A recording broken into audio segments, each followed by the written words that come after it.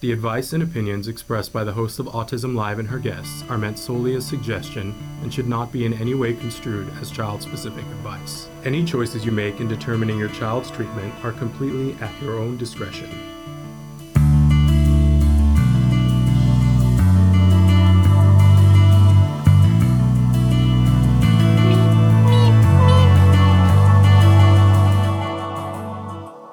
Good morning and welcome to Ask Evelyn Kung. Look who's here. Good It's morning. Evelyn Kung. Isn't that ironic?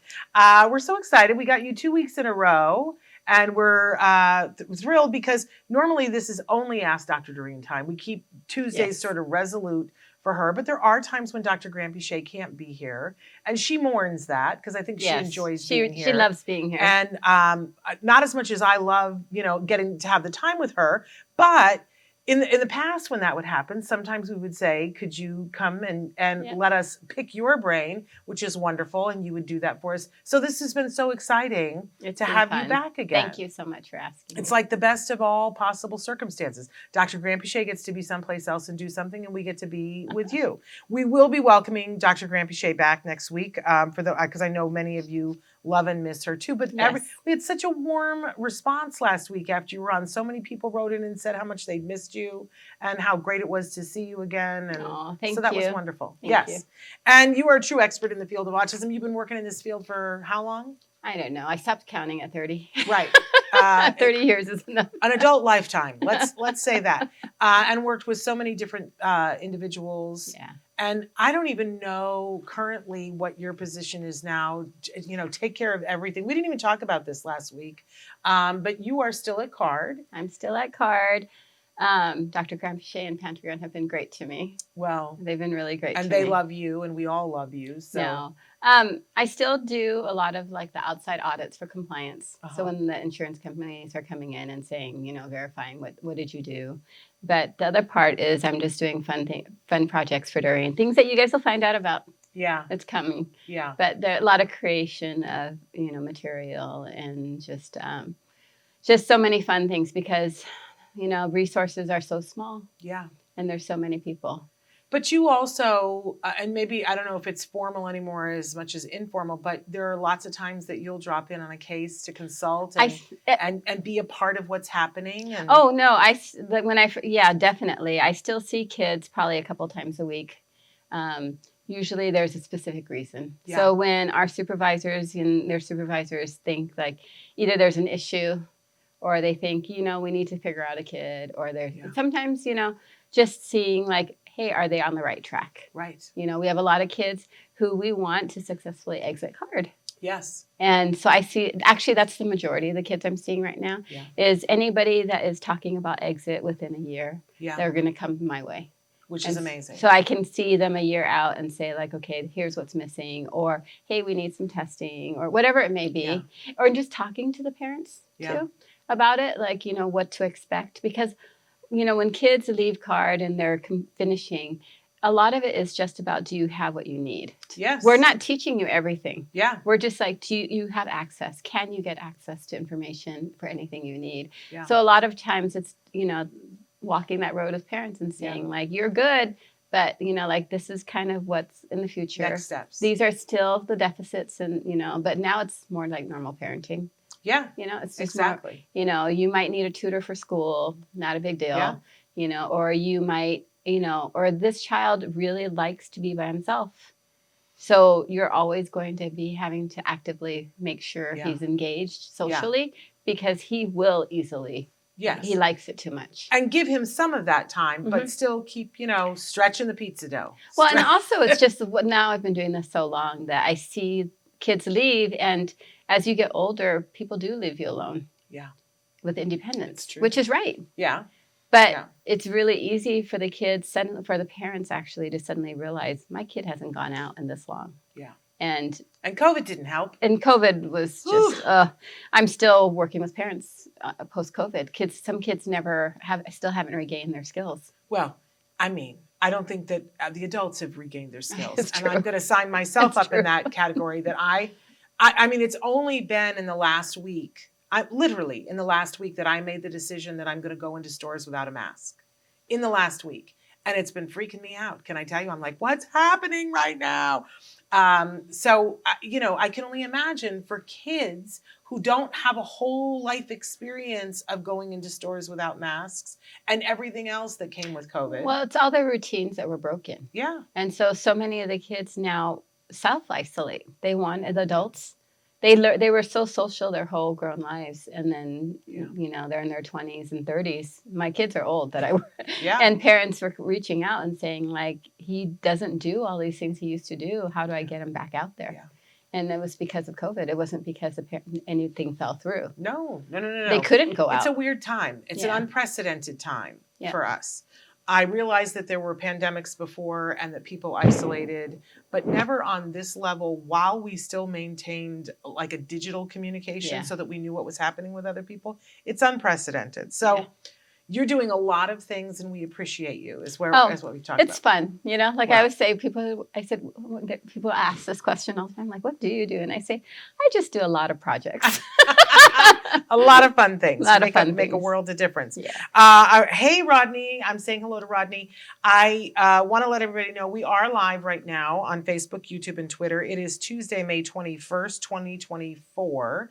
That still seems weird, but that is when it is. We're live right now on all of those sites. You can be writing in your questions, and that's a perfect way to have a conversation with Evelyn Kung and with me. And our topic, it's funny because our topic was on the schedule to be cognition.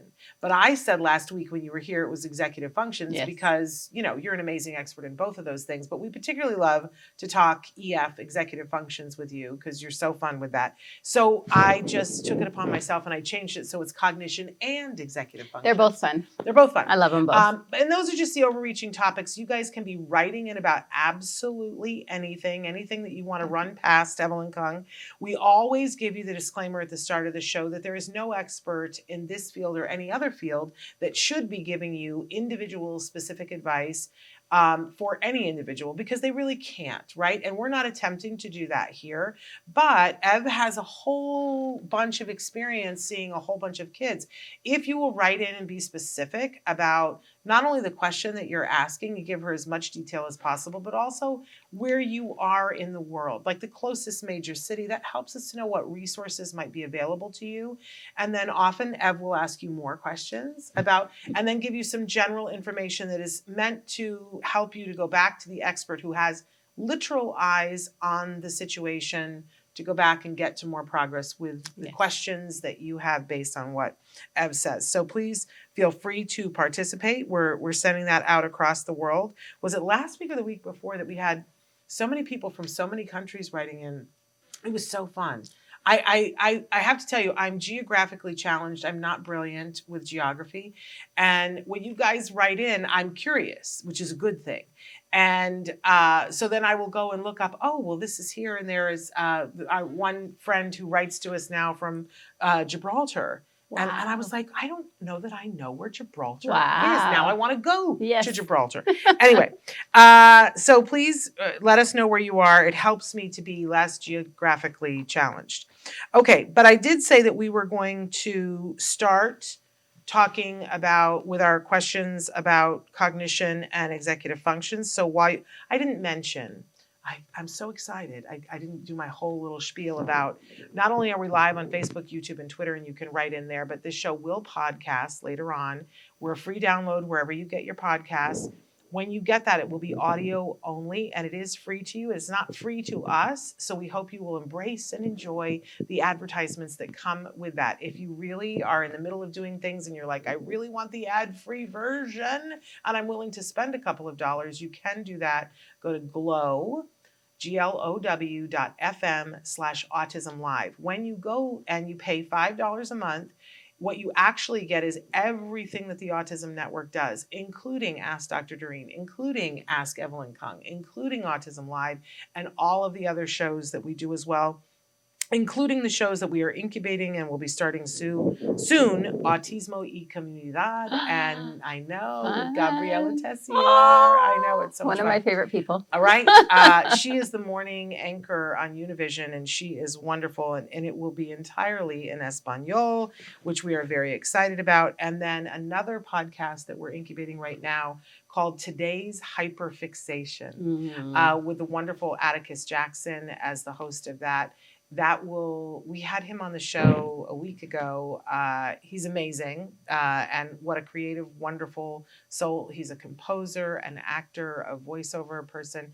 He's absolutely brilliant. And he's talking about the things that he's hyperfixated on, which are costumes and D&D. And I don't know, we have it scheduled. We are going to have a group come in and play a D&D game here in the studio. I don't know.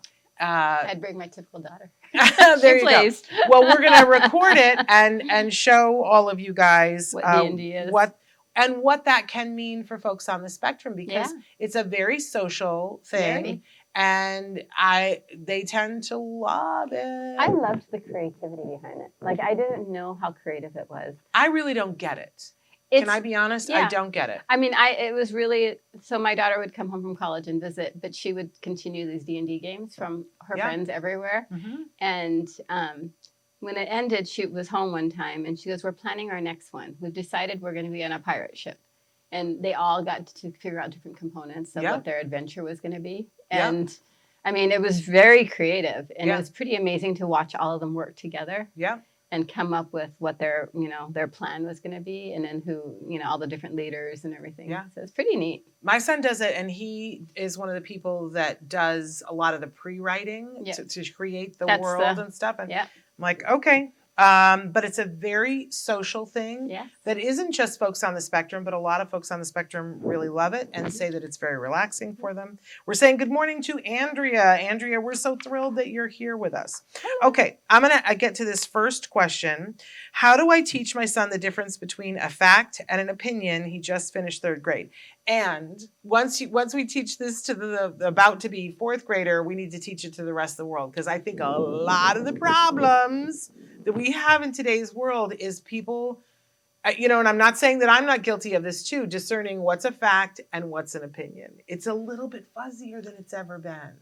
Oh, yeah. And yes, I could say so much, but I have to. Right. We're editing. We're editing. Definitely. Right. I mean, fact and opinion is interesting in 3rd grade, because you as a parent understand that it's an issue with your child. But if you bring it up to your school, the school might say it's not age appropriate yet to discuss. 3rd, really? Yeah. That's interesting. It's an emerging skill. Okay. All right. It's not full. So, but the thing is, there's different types of facts and opinions. Okay. And so as a parent, you're trying to explain to your child, because if they get upset because they're insisting on one way, and a lot of it stems back to perspective taking. Yes.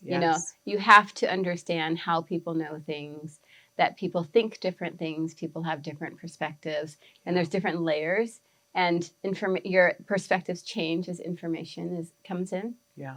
And it's not always the same, because if you experience something a completely different way, your opinions start to change. Yes. And then maybe even what you know about facts change. So it keeps moving. Yeah. Because the idea is that your arsenal of facts should be growing. Yeah. But as your facts grow, your opinions change, or could change. Interesting. Very interesting. So the thing is, when I've had kids at this around 8, 9, 7, 8, 9, it's interesting, because we all know as little kids, they all understand what a fact and an opinion is once you tell them. But as you go into school, it's an emerging skill, because they have to be able to, I think it's 4th or 5th grade, they start writing, like write about something factual, or write something that's just your opinion, like they're not, so it's not fully formed yet at this age, but you do need the perspective taking. And at the very basic level for one of our kids on the spectrum, it is just understanding that a fact is something that doesn't change. You can learn more facts, but the fact itself doesn't change. Interesting. Because a fact is a fact. An opinion is how somebody feels about, a fact. It's their response to a fact. Yeah. On many different levels. So, but your opinions can change as you learn more facts. Interesting. So that's really hard because our kids want it to be like dead in stone. And usually where it comes in around this age is they don't like when their parents change their minds. And just that term, change your mind, just makes a lot of our kids on the spectrum crazy because they're like, you can't change your mind. Yes. You know, what does that mean? And they don't know why. And a lot of times they have difficulty with that concept because they're missing information. They think, you know, our kids, so at the beginning of school, K and 1, depending on where you live, sometimes into 2nd grade, most of what you're learning is still very rote. You can, if you have a kid with good memory, you can memorize your way through kindergarten and 1st grade. Right. And then depending where you're at, 2nd grade, half of 2nd grade is still a lot of memory. But then as you go into, usually it's the end between 3rd and 4th grade that it starts to go into creative writing or create a hypothesis for something for science. But when you're in those lower grades, they don't understand why parents make different decisions. Yeah. And so they think that you're changing their mind. They don't understand that opinion part because they don't see what you're seeing. Like today, we're going to just hang out because it's okay, like, you know, last Tuesday. But if I get a phone call right now and grandma needs help, we're not going to be able to hang out because we have to go help grandma. Right. And so, you know, that's a fact, all of it. Right. You know, it's all of a fact. Yeah. But the thing is, your opinion about the day can change. It absolutely can change. And you can have an opinion about, yes, we want to help grandma, but yes, I want to hang out with you. And then the kid's completely like, which one are you going to do? And you're kind of stuck in the middle. And then you start making decisions based on what other things in your life. Yeah. You know, other kids, other calendars of other people, doctors, if you're helping grandma for a health reason. Like you start to move things around. And then that's when the kids are like, wait, no, but you told me this is how it works. Yes. And it's like, well, today it's not working that way.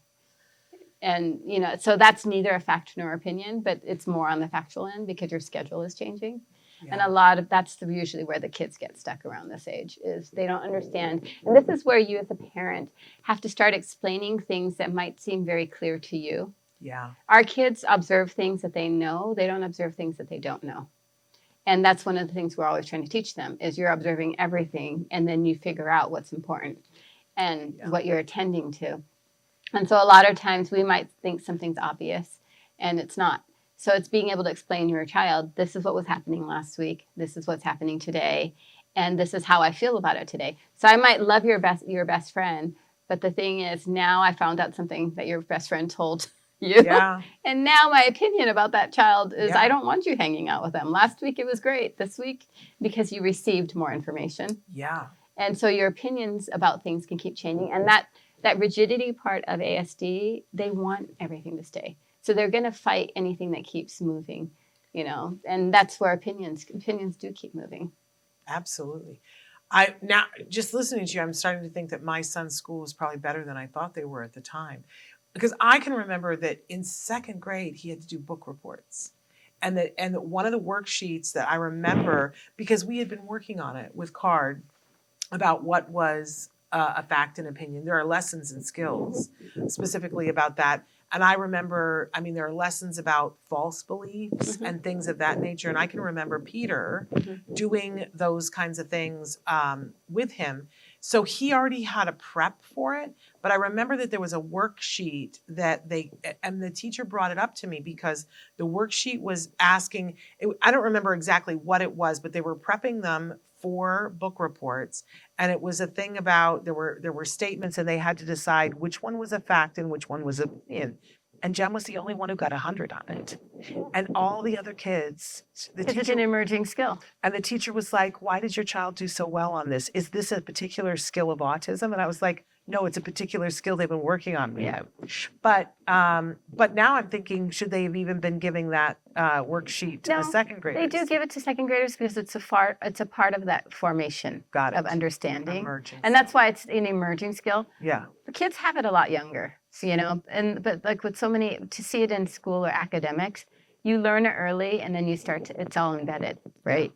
And that's why when parents tell me, and I know a lot of you out there say my child is having difficulty with comprehension, most of it is because they don't have a social background.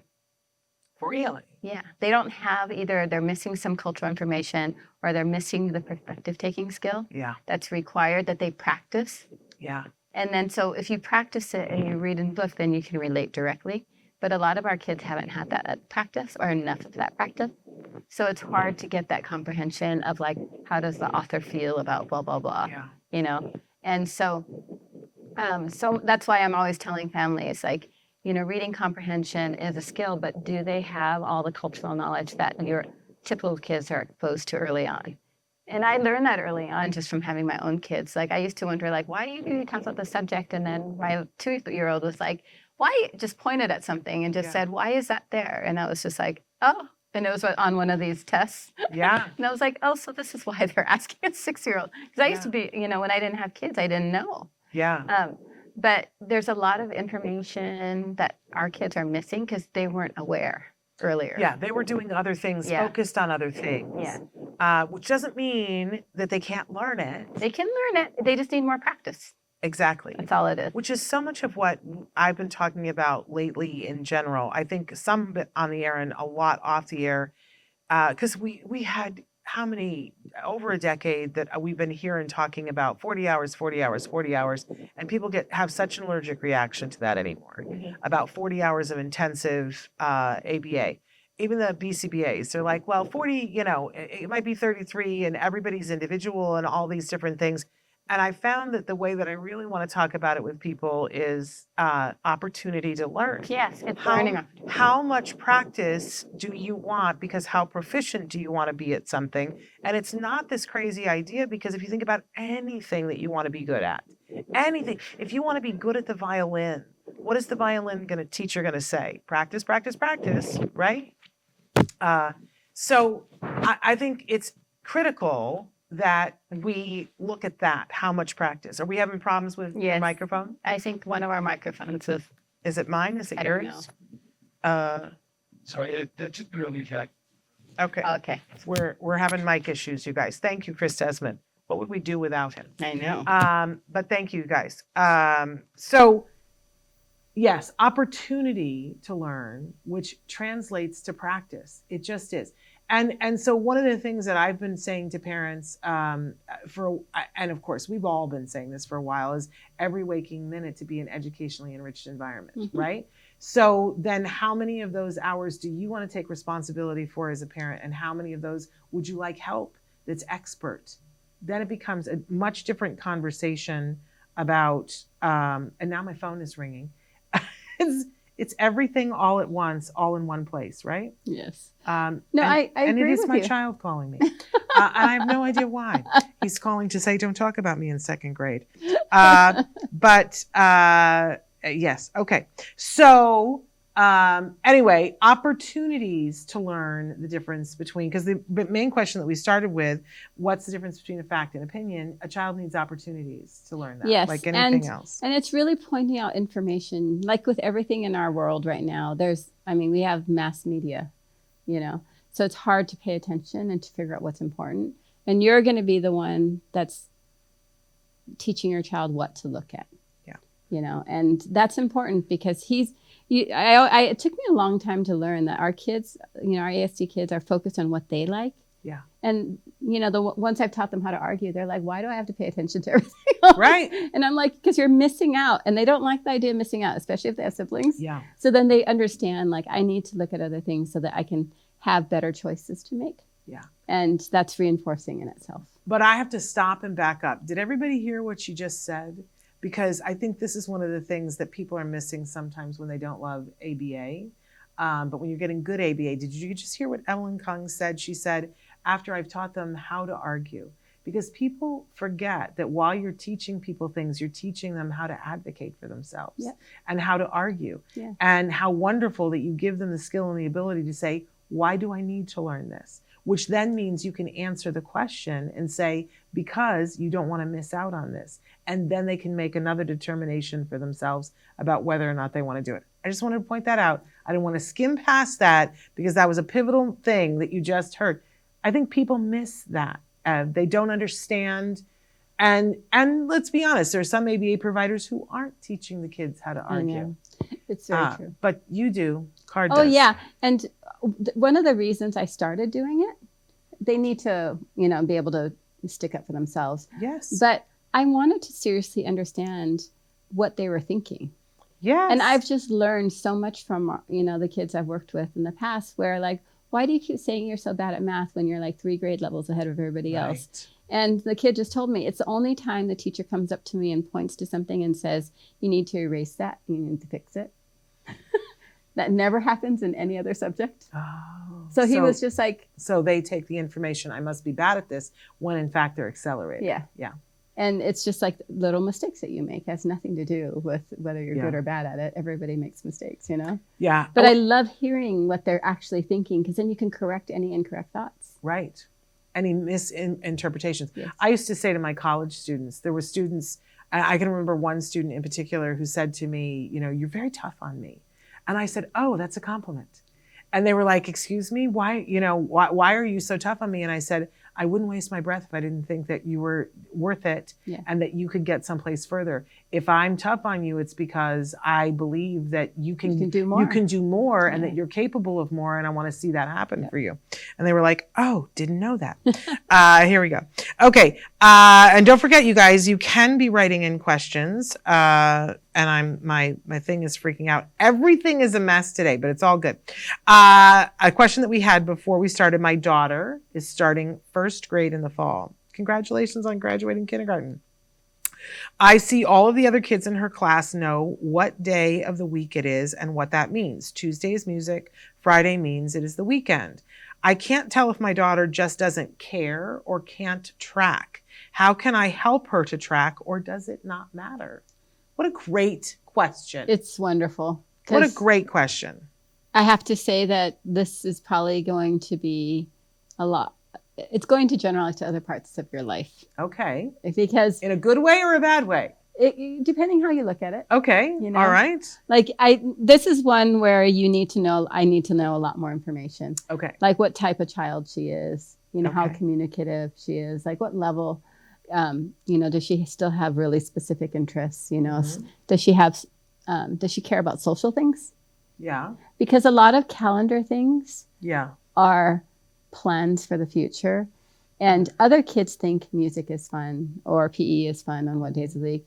But if your child doesn't care about it, it may not be much importance, play much importance. Like just like what you're saying, does she not care about it? But tracking is also an issue too. Or just knowing what a calendar is, figuring out, does your child know what the calendar is? Or is this just something that I've memorized that I have to do in school? Yeah. Because, every day you walk in the morning and you go through what day of the week is, what yesterday was, what tomorrow. That's kindergarten. Yeah. And in first grade, you get some of that too. But like, just how important is it to her? Does she need to track it? Is somebody there always providing the information for her? Does she remember if she's learning music and she has to bring something to school? Is somebody else telling her what to bring? Yeah. Because if somebody else is, she has no reason to need to track it. Yeah. Why would she need to? I think a lot of kids with the calendar, it's just, it's very rote.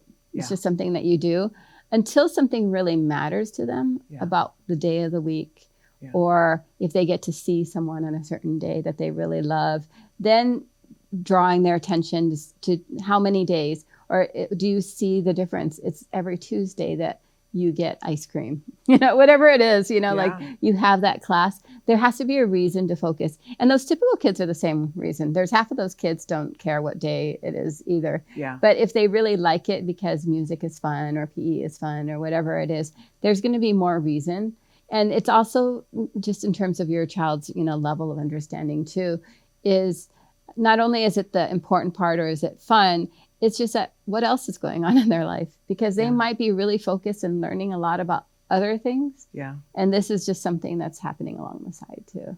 It's so funny because I feel like so much of my life, and I really felt this as a kid, everything was about what's the next holiday, what decorations do we have up? That was such a big deal to me as a kid. And I really felt when I was an adult and I wasn't in school anymore, and there was a period of time where I wasn't teaching. When you're teaching, it's always like everything's already decorated, right? But real life isn't like that as much. It's not. But I felt the loss of that in real life. I didn't have a kid, and it was like, oh, well, it's fall and we're not putting up leaves on the wall, right? Because you don't. Yeah. Most of the time you don't. And it's so funny to me because then when I married my husband, he is like, I mean, he knows what day of the week it was. And he certainly knows now. Now living with me, it's different. But when we were first dating, I can remember, he was like, oh, when is Thanksgiving? Like, when does that happen?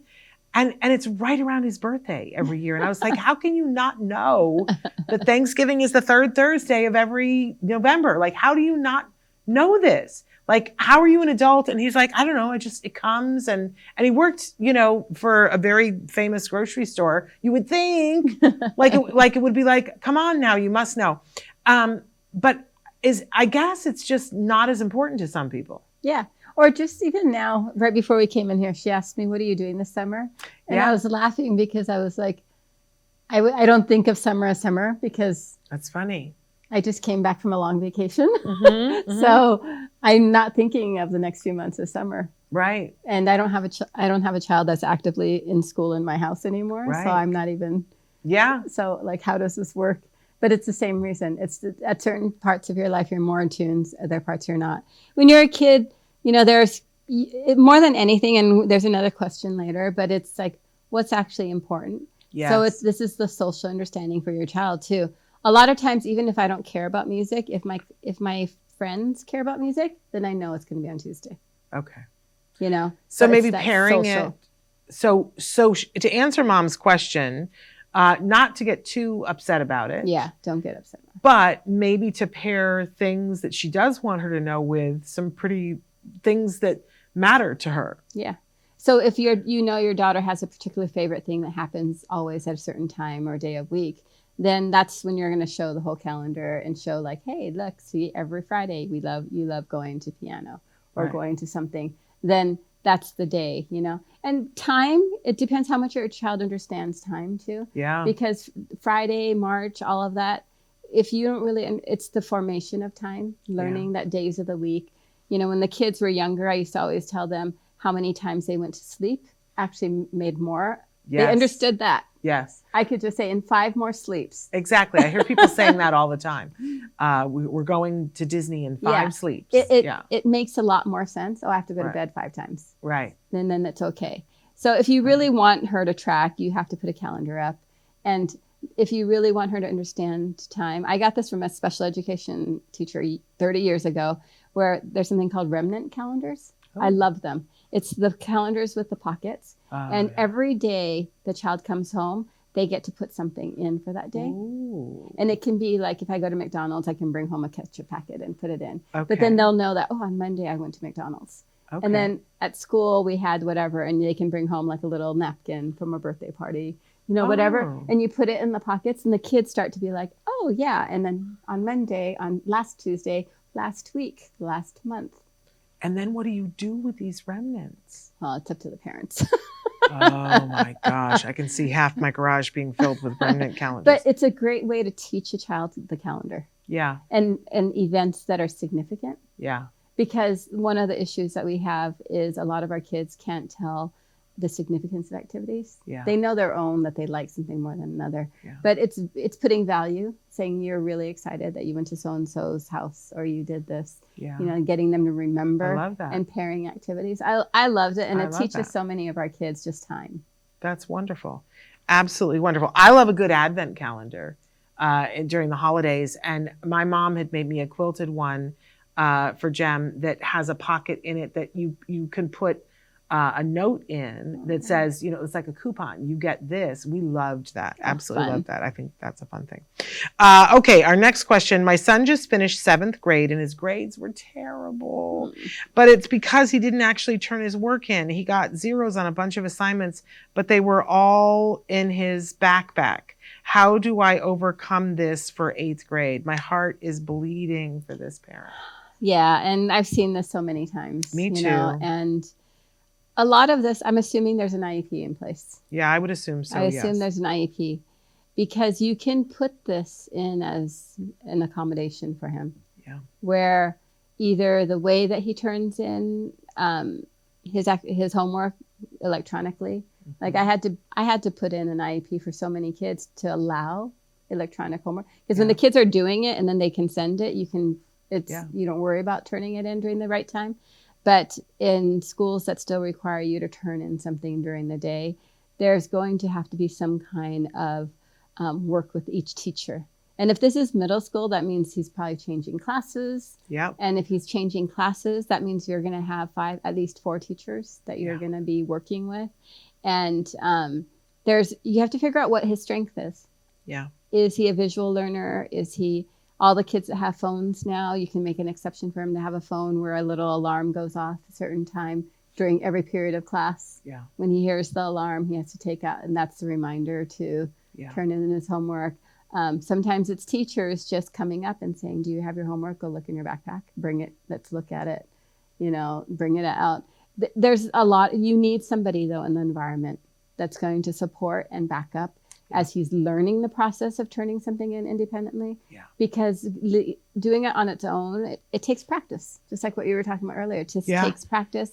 And it also involves, when he's finishing his homework, like I'm a fan of homework folders with the different putting in, not necessarily a binder, because binders are a lot of work. Yeah. But a folder that has, where I use Post-its, so the little labels for each class. So they know this is the class, and I just give everything that's in this class.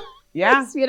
And all the labeling systems, that's the whole executive functioning planning. Yes. When you finish doing your homework, you have to look for the class that it's due and put it into that pocket. And as you finish homework, and then the next morning, it's like when I get to that class, I always have to open the folder to check if there's anything there. Sometimes there's nothing there. That means there's nothing to turn in. Yeah. But if there's something there, I need to give this to the teacher. And then also, one thing is, once they get it out of their backpack, the next part I have a problem with usually, or our kids have problems with, is when the teacher moves the way that you turn in homework. Yes. Different trays that get moved because, I'm bringing in the Christmas ornaments. Right. So now I'm moving the bookcase, and our kids aren't tracking that. Right. And if you have teachers who don't use specific language, a lot of our kids auditorily can hear a lot and remember a lot, and that goes into that rote memory.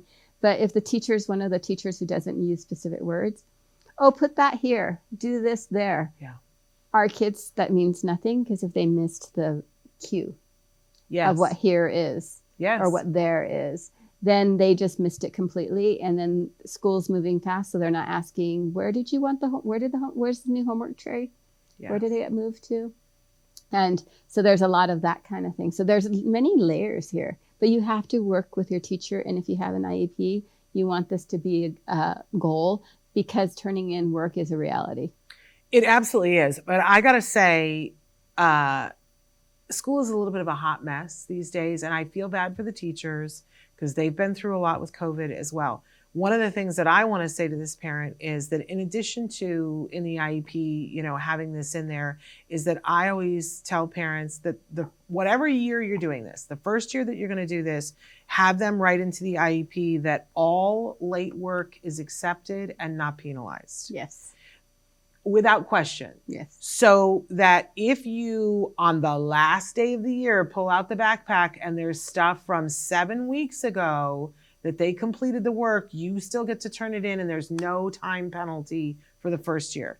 Then I work backwards from there and say, next year, after we've done this 1 year, because I think in order for the kids to start, I do think that there's something about, if they get enough practice of turning it in and going, I got a good grade on it, that adds up. It's not going to happen overnight. But so the next year, then my advice is to say that they will accept all late work with no penalty, but that there's a time limit on it. And now the only time I do this is when now most of the grades for the upper grades come in electronically. There's like some service that your school, and they'll say to you, well, if they don't turn it in within 2 weeks, but I always say within 2 weeks of the grade being posted. Because then you as a parent have to keep monitoring it with the child, do it together and say, why are you missing this? Go through your backpack. Do you have this piece of work?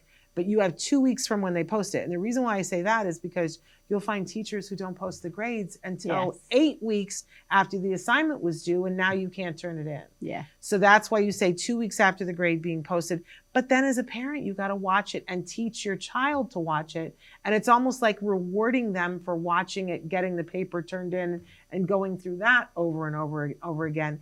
And then each year I pare back that, sometimes they only get 48 hours. And then you get half credit if it's late, so that, you finally get to the point where they're turning it in on time. Yeah, and this is where, health insurance funded won't pay for this because they consider it academic planning. But this is where ABA helps a lot. Yeah. Teaching the breakdown of how to store everything, the reminders, learning to have a phone that buzzes so kid hears it and knows to take it out. There's a lot of that organization and planning that has to be practiced before you get into a busy classroom. Well, and some of it is going to the school and saying what will work, because I know some schools, they won't allow them to have a phone. And if the phone buzzes, they'll take it away from them. But, if you're talking about it and if it's written into the IEP, you can get an exclusion. Yes. But you can't assume anything. You got to go and have the conversation. But I think, 7th grade, it kills me that he did all the work in 7th grade and he didn't get the reward for it. Sounds like he passed. Yeah. Right? But 8th grade, I think, is an ideal time to start implementing this, because by the time he's done with high school, maybe you'll be at the point where he automatically is turning all of it in. But I know we had an EF aid in 7th and 8th grade, and it was everything. Yeah, and there's some of the middle schools now they call them a different thing. Sometimes it's learning, sometimes it's communication. But it's almost like a study period. Mm-hmm. And they have a teacher and they just have all the kids in there. And a lot of what they're teaching is just executive functioning. Going through your backpack. Did you turn it in? Blah, blah, blah, blah. Where's this? Okay, your teacher, they can look online. They can see what's been posted, what's not. And that they're kind of like teaching all the kids to get their work done and turned in. Yes. And if there is that kind of class available, I would take advantage of it. And Absolutely. That's the class where, a lot of that's going to be done by a teacher and not by you. And that helps tremendously. Absolutely. I think a lot of schools have that now because they've seen that a lot of the kids, especially since COVID, they're all struggling with this. This is not just your child. Yeah. But it makes me so sad when a teacher, look, there are amazing teachers and I love teachers, but sometimes teachers are lazy. Yeah. And they feel overworked and they're overwhelmed. I get all that. But sometimes, if you see that a kid is consistently not turning in work, I don't know how you're not over talking to them about it. Yeah. I don't get that as a former teacher, but okay. All right. Another question here, and you guys can be writing in questions. You're very quiet today. Is it an autism thing that my son fails to tell me the most important details? Sending you a hug. He told me that they ate lunch outside at grandma's, but failed to tell me it was because there was a fire. Fire department came. No mention of that. Yeah. Sending you a hug. Yes. It's hard. This goes back to what we've been talking about. Saliency. Yeah. Trying to figure out what's important. Because I've had arguments with so many kids where they're like, why do I have to tell you that? Because they see the world as all being the same level of importance. Mm-hmm. And now it's time you have to teach them some things matter more than others.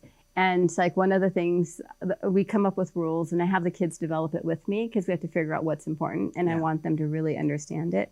So one of the ones at the beginning is people matter. People matter more than things. Yeah. Always. Yeah. That's a hard one. It's a hard one. Yeah, because they're going to be protective of their stuff that they're so into. Yeah. And mom's getting really upset over there. I need to stop this and go see why mom's upset. Yeah. And anything that has kind of that matter of life or death, like with the fire department, the potential, maybe nothing happened, but the potential. Yeah. Identifying what is salient, what's important. And it has to happen on multiple levels. So one of my favorite lessons to work in ABA is to turn on a TV show or show a picture with no sound. Mm-hmm. And I take a baseline saying, what are you looking at? Tell me what's going on. Yeah. And they're telling me about the blue skies and the green grass, but they're forgetting to tell me there's a fire truck in the middle. Right. Yeah. Or, that. And then when I've asked the kids, they tell me, well, they like that the grass is always green and the sky is always blue. And so we talk about, you don't talk about things that everybody knows, which gets into perspective taking, so they might not know that. Yeah. But things that don't change, Yep. you don't talk about those things because they're considered boring. Yeah. We know grass is green. We know the sky is Yeah. blue, but we don't, if the grass was purple, that'd be something to talk about. Yeah. So, and I have the kids kind of develop their rules, like I give them lots of scenarios, trying to get them to figure out what the rule is. And then one of the little girls I used to work with, she was about 9 or 10, and we'd say, okay, what's the rules about what you're going to talk about with your friends? She goes, nothing boring, nothing that happens all the time, blah, blah, blah. So we would give her little scenarios like, how interesting, is it interesting to talk about when your nanny comes? And she was like, yes. We're like, wait, what? Why would, what day? Yeah. She goes, because she doesn't come every day. She only comes Tuesday, Thursday, and Friday. There we go. And I was like, but that's still a routine, Yes. And she was like, oh, but it was just like one of these things, like trying to get them to understand what is important and what's not. And then that tells you how you talk to other people. There we go. So if I go to a restaurant, I'm not going to talk about the fork and the spoon and everything on the table, unless maybe there was something unusual about it. Then I could mention that. But yeah, so then when you go eat, the fire truck was there. That would be because that's life and death. Yeah. And that would fall into that safety. But learning saliency, like through visuals or auditory, when you hear information, trying to figure out what's important, or in a story, that's the whole, like the theme and, your summary. It really matters what you talk about, not just in that social setting, but in school, in work. How do you problem solve? You have to figure out the most important thing before you problem solve. Yeah. And this is all going to lead to this next question, because somebody wrote in, and Sonu wrote in, and Sonu, I so appreciate you writing this in. She said, they said, you're talking about high functioning kids on the autism. Most of kids struggle with very basic life skills and struggle in school. And I want to say that you're absolutely right, Sonu, because today we're talking about cognition and executive function skills, which are higher level skills that you get. I think they're important skills, but often when we're dealing with a kid who's dealing with life issues, we're going to deal with that first. Yes. It doesn't mean that you can't ever get to that, but it means it's what's important right now. And if a child is having difficulty with all kinds of other things, I think there are some times that we would work on a very easy executive function skill or a very easy cognition skill at the same time, but it's all about priorities. Yes. And so if a kiddo is struggling with real life skills, we would start with functional communication, a way to communicate, whether that's signing, typing in a word, hitting a button, trading a picture for something. We would start with that. We wouldn't be working on how do you turn in your homework. Exactly. And a lot of it is like when we're trying to figure out with parents what matters to you. Yes. And if you have a child who's never had any services, very challenged with communication, we start with functional communication. Yes. How do they get their basic requests met? How do they communicate when they want or need something? How do they get access to something that is not present right now in here? It's a lot of functional communication. But then we also get these other kids who come in who talk a lot, but they still can't get access to what they want. Yeah. And those kids usually come in later. I call them my fact kids or my Discovery Channel kids because they have a lot of facts in their brain. Right. But they still don't know how, they're talking a lot, but because they're missing, let's say, attributes in their language, descriptor words, they can't get access. They're like, I want that thing, whatever it may be, but they can't tell the parent when they saw it, where they saw it, what's different about it, that they need that, even though the parent's like, you have that at home. And it's just like, no, I need the one, and then they're sitting at that place. And if they don't know the words, we're still giving them a lot of communication, a lot of language, because they're still not getting their needs met. So at that point, they're talking a lot, but they can't get their needs met. Yeah. We still need to teach a lot of language. Absolutely. They need to be able to be able to tell the parent, I want to go back to that place that had the trains that were on the wall and we ate there with grandma. Yes. And so then it's like, oh, that's where it's not just that you needed food.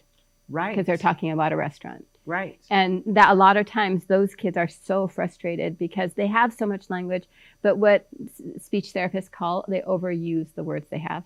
Yeah. And they don't have all the other words that helps them figure out and communicate those needs. So we always start with communication, regardless of how much your child's talking. Yeah. Whether, it's at the basic level of just getting basic needs met or at the level of getting something because a child's getting depressed or anxious or, all these other skills or these other behaviors that are very worrisome. So it's always communication first.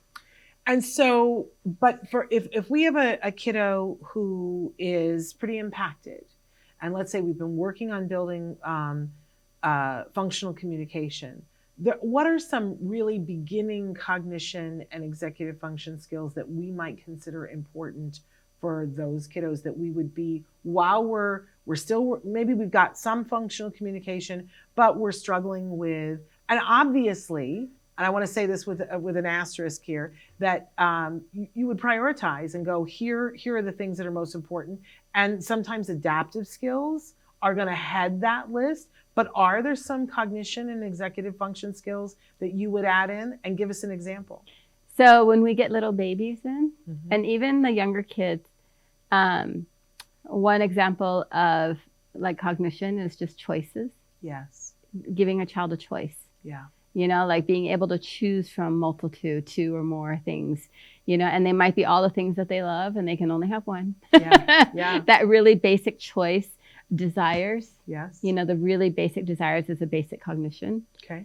Being able to choose not just what I want, but maybe choosing what their sibling wants.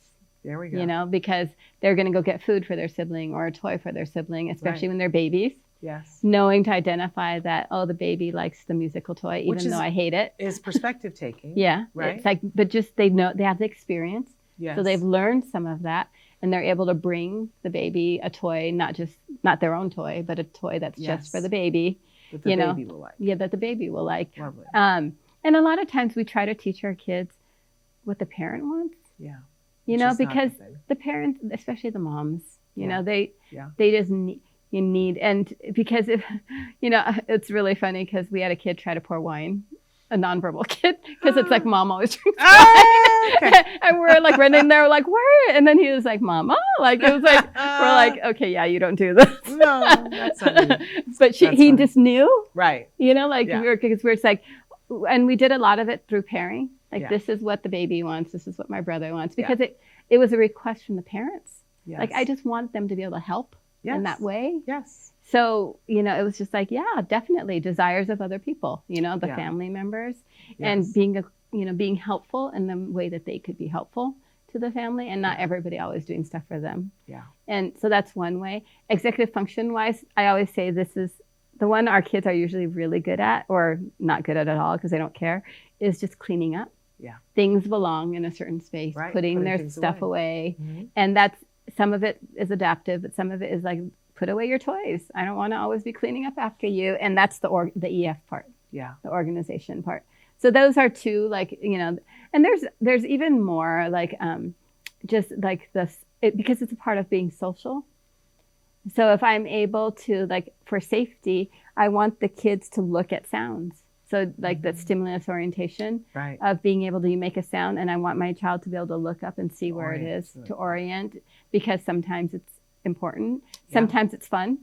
Yes, we can make it fun. Yeah, you can make it fun. It's just like, oh, you love this, and it's coming through the door right now with all its bells and whistles. Right. So yeah, there's definitely ways that you can teach, real basic level of cognition, but even then, usually the parents, you get the basics in first. Yes, and then it's always. that next level, and it's like, how do you become a part of the family? Yes. And that's usually where you're teaching those extra things to how, you're an important part of this family. So we're going to teach you what other people want, how to help out, how to clean up. What you want also, which is what you started with to begin with, desires. Amazing. And I do want to reference that we talk about skills a lot on the show. You can go to skillsforautism.com. They have, it's a whole curriculum. And you find out, first you take the assessment for where your child is, and you find out where you start. But there are so many lessons, and it's a matter of picking which path is best for you and where your starting point is. I always say, you go to the mall and you can look on a map and it says, you are here. And then you can say, oh, well, I want to get to Macy's. I'm at JCPenney. This is how I get the path. And as a parent, I always wanted to know, where are we? I don't know where we are in relation to anything. Where are we? And then skills came along and I was like, it's the mall map. I remember saying that to someone when they showed me. I was like, it's the mall map. I know exactly where we are. And I can see the path of where we're trying to get, but everybody starts someplace different. And skills has prerequisites, so you have to know. But the thing is, if you have a challenged child and maybe you're not getting all the prerequisites, a lot of times you can teach certain aspects. Yeah. Like a lot of our parents want their child to say, I love you. Yeah. You know, and it's so hard because they want it to be, you know, all these things. And you can tell the kids love their parents because they're up and they're just like looking at them and just like holding them. And sometimes if they have the vocal ability, I'm like, do you really want it? I can teach it. Yeah. You know, like, let's teach it. Yeah. You know, like, so I'll just pair. Yeah. Every time they come up to you, I have somebody else prompt the kid to say, I love you, mommy. Yeah. You know, and then eventually it comes out on its own without somebody prompting it. Yeah. And it's just so meaningful. Yeah. And, you know, so there's a lot of ways that you can maybe teach one little corner of ability, or a lot of parents ask us, I just want him to smile for his birthday picture. Yeah. And it's just like, okay, let's do it. Yeah. You know, let's teach you for this situation. When you see a cake, and you see a camera, you know, like, this is what we're going to do is you look at the camera and you smile and you heavily reinforce it. You have lots of reinforcement. With something that's meaningful to yes. Mazuli says, how do you deal with people trying to exile you in the community? And that just breaks my heart, but I want to know where you are in the world, because I think we deal with this all over the world, but it's in different levels and in different places, and the laws that are in place in different places. Like in the United States, it's not that we don't ever have that. We certainly do. I get letters from parents on a regular basis saying, we were kicked out of here, my child was kicked out of here, whatever. But you have laws that can back you up so that cannot happen again and that you can fight it. That isn't necessarily true around the world. But I don't know what you want to say, but I want to say that so often it's about finding your community where you would never be kicked out of, and finding the people who will love you and accept you exactly as you are without thinking that you are any way that you don't need to be. And sometimes that's hard. That's a path for people to go on. But if you've got one person in your life to help you to find what that community is. I used to love the show The Big Bang Theory, because I didn't watch it the first 5 years it was on. I just wasn't orienting to it. But then I watched it in rerun and I went, this is a show about a bunch of people that I know. And it's about how they find each other. We started by talking about Dungeons and Dragons. And I see a lot of people in the community find their people in a group like that. Yeah. I didn't find my people until I started doing theater. Right? Mm-hmm. And everybody has their thing where you find your people, whether that's at a church, whether it's bowling, whether it's D&D or something like that. But you find your people, and they help to create a net around you and themselves.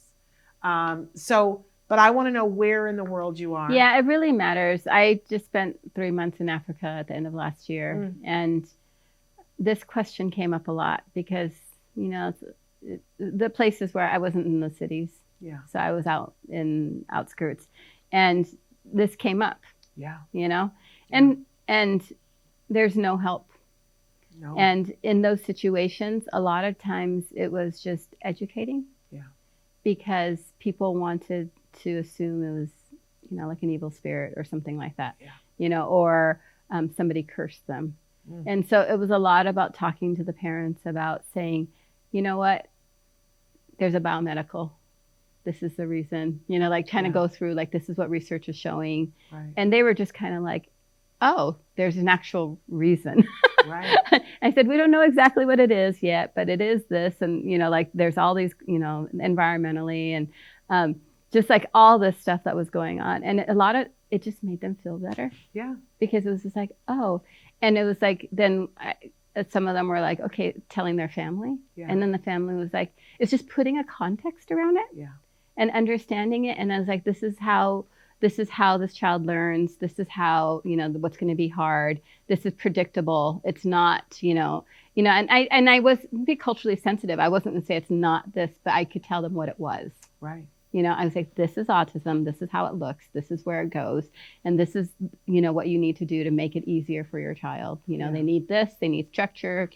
And it was just, I think it made the whole family unit, because that's who the support is. It just putting a context on it made a big difference, because it was just like, oh, this is what you're talking about. Like, it just gave some information. So I don't know where you are in the world, but just different people react differently, and, finding the people who are going to support you and giving them some information. Yes. I think that helps a lot. Sonu had written back in and said, what cognitive skills can you teach to a nonverbal child?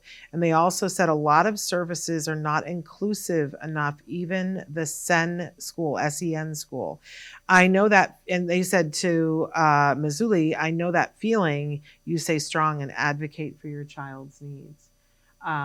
This is not an easy path. And I want to say that there is a new group. There's been a lot of discussion in the last couple of years about that maybe autism is not the right word anymore, that there are so many different classifications and groups around autism that sometimes even being in the autism community, and I think, Sonu, I don't want to speak for you, but when we were solely talking about the high functioning kids, it feels like, hey, why aren't we being included in this?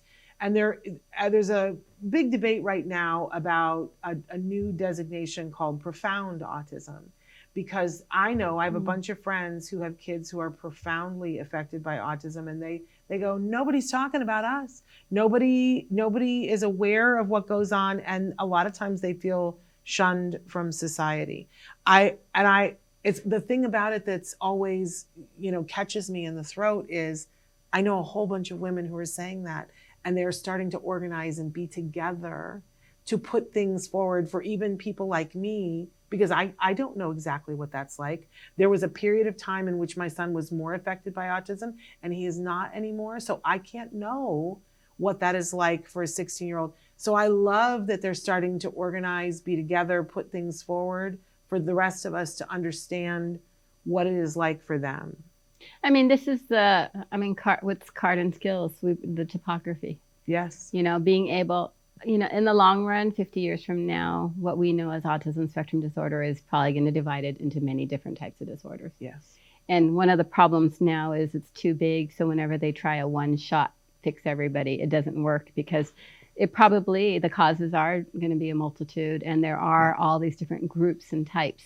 So as we start to understand which groups go together, then what's needed for each group will be individualized. Yes. And we're just not there yet. We're a lot farther along now, though, than when I first started here, Yes. And people, would ask Dr. Grimbish and I, like, how do you know certain things? And I used to try to explain it, and now I just love her for saying it. She goes, don't even try asking. Like, we just know. Yeah. Because we've just seen enough kids now, but a lot of people haven't been, autism is pretty new, and a lot of people who have been working with who are working in this community haven't seen, the whole topography either. And I think as diagnosis gets better and they start to identify differently, then we're going to be able to address the needs of each group. But right now we have to talk general in this format. So. But what cognitive skills, and we talked about this a little bit before they wrote in, but any cognitive skills in particular that you want to teach to a nonverbal? I also want to say that nonverbal, I know a lot of people now as adults who are still non-vocal, but communicate through devices, and the stuff they communicate, you go, oh my goodness. I hope that you're reading some of the things that these folks are putting forward, because it's brilliant, absolutely brilliant. So I just want to remind all of us that nonverbal and non-vocal are different. Yes. And that it does, and in both cases, it doesn't. It's that whole thing about the T-shirt that says, "Just because I can't speak doesn't mean I don't have anything to say." But early on, the amount of support that they need to be able to find the way that they communicate, it's vast. It's vast. It's vast. But we always presume intelligence. Yes. Always.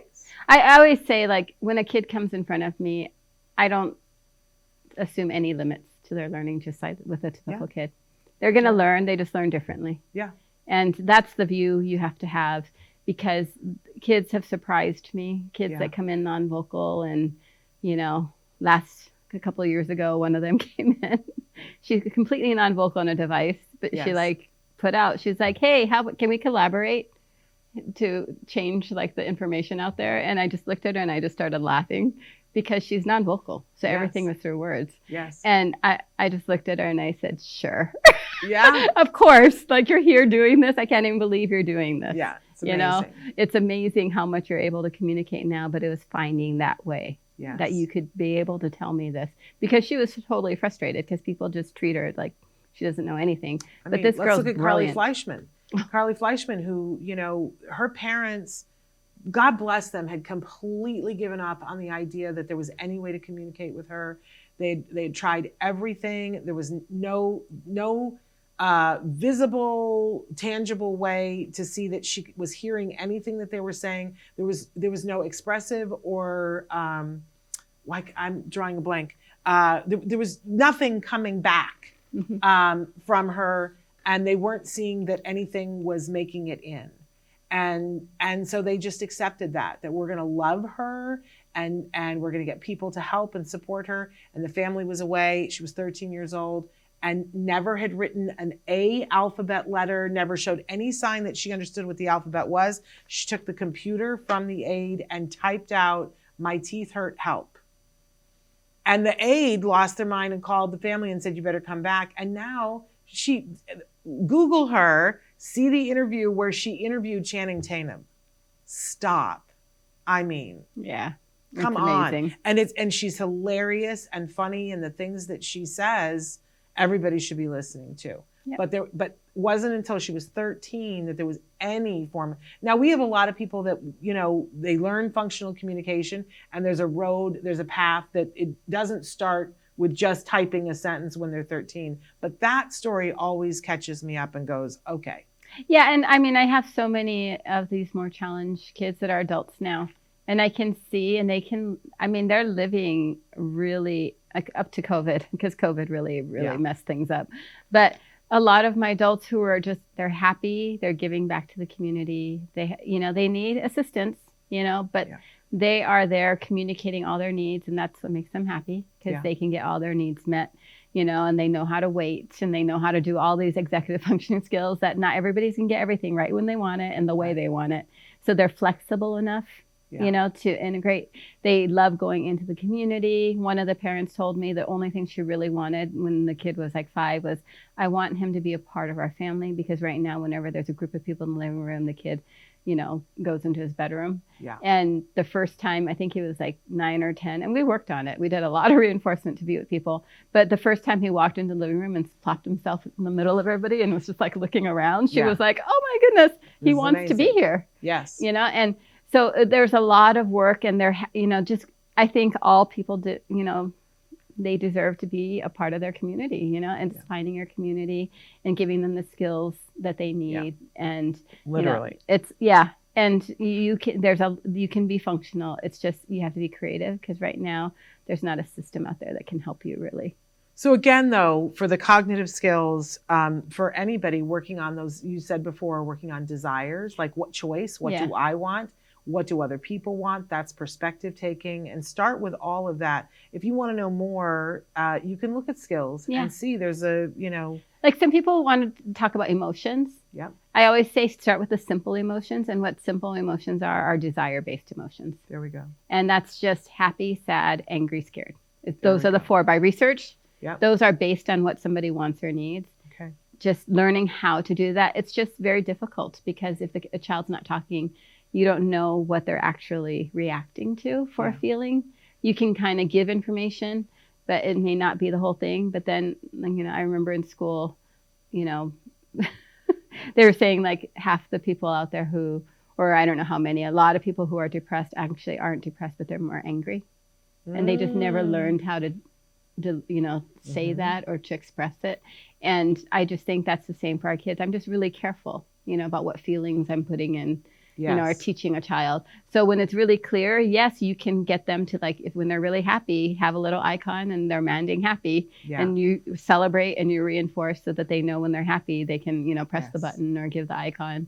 But just really, we want to make sure we're not putting words in their mouths, but just making sure you can teach some of those basic emotions, but you have to capture it in the moment so you absolutely know for sure. Yes. That they're feeling that feeling, Amazing. And we're way past time. We are. I can't even believe that. And I know you got things to do and I got things to do. But I want to thank everybody. I want to remind everybody about the rest of this week. Tomorrow, Amy Gravino is going to be on the show. She's an amazing self-advocate. She's a sex education for autism expert, has written a whole curriculum about sex education.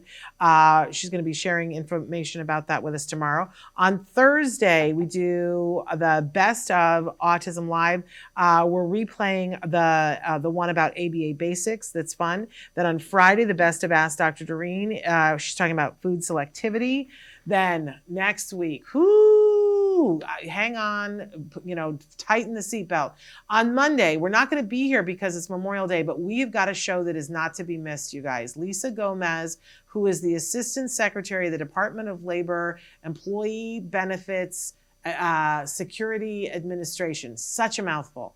There's a shorter way of saying it, but I can't find it.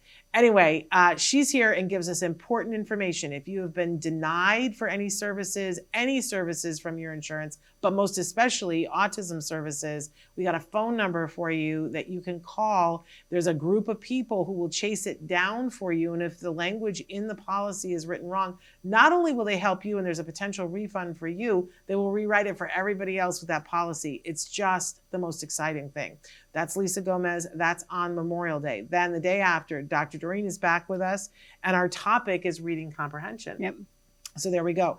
Then on Wednesday, I think it's one of the most pivotal shows that I've ever done in 14 years. Shane Newmeyer joins me for a really important conversation.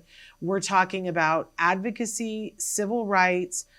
Shane is a lawyer, and they are also a self-advocate. We talk a little bit about what's appropriate and about from their perspective about what's appropriate when teaching somebody.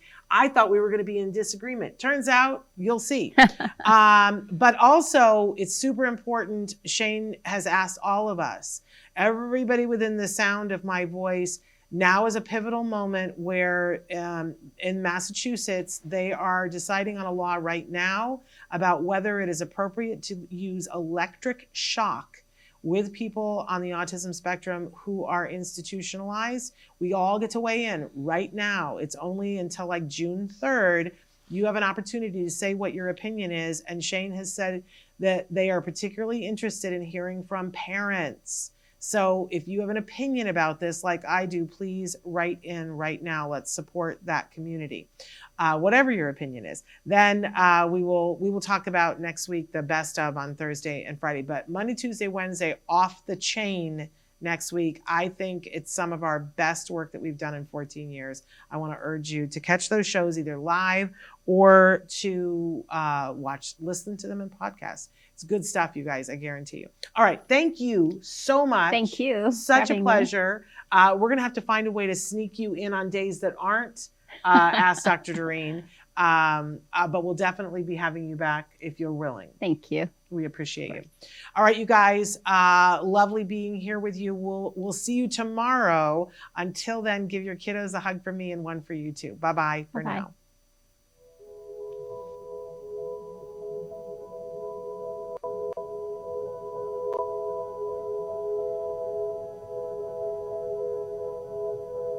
If you found anything helpful in this video, please give us a like. In fact, make sure that you smash that subscribe button on YouTube and give us a like on Facebook. You can also follow us on Twitter and on Instagram for important updates. And please download our free podcast wherever you get your podcasts. Thank you so much. See you next time.